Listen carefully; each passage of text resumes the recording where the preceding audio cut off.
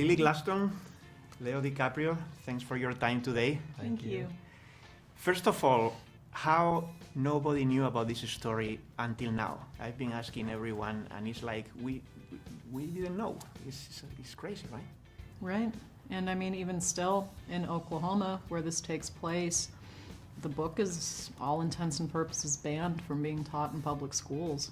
House Bill 77, I believe is what it is, basically has made every teacher too afraid to put it and other books like it on their curriculum, because if a student raises objection for essentially how they feel white people are portrayed in it, the teacher could lose their teaching license.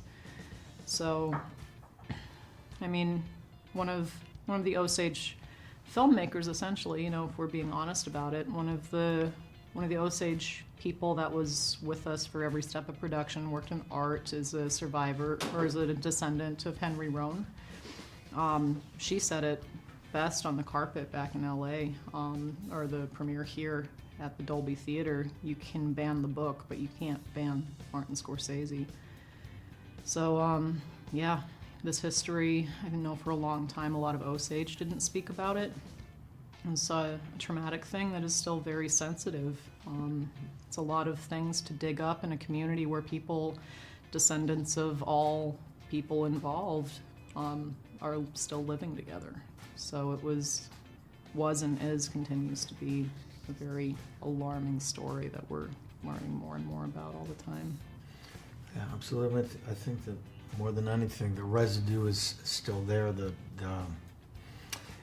As Lily was saying, this story was suppressed sort of from American history, and once it came up for us, we felt this, not only an immense gratitude to be able to tell the story, but a huge responsibility to try to investigate the truth as much as we possibly could. And I've never seen Marty sort of more obsessed with getting to the truth and the heart of what this story was about, it and what it means, and the fact that they were there a century later talking about, you know, these injustices, and yet this story is repeating itself today all over the world with indigenous communities in every continent, you know, and so that's why this story was so incredibly powerful and resonant for us. And how was for you working back with Marty and also with Bobby De Niro, that you had been like in a feature film 30 years ago in this boy's life? How was for you like going back to working with them both? It's always a gift to be able to work with Marty, especially in the development of these stories, because I've said it so many times, but plot does not matter to him, really.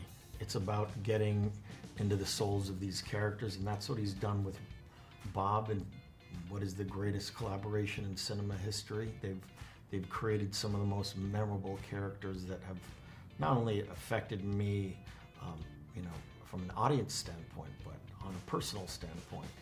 So finally, the three of us getting to work together after my first starring role with De Niro 30 years later was something that, you know, I'm going to try my best to remember every moment of, because it was beyond special. They're two like cinematic father figures to me, and I was honored.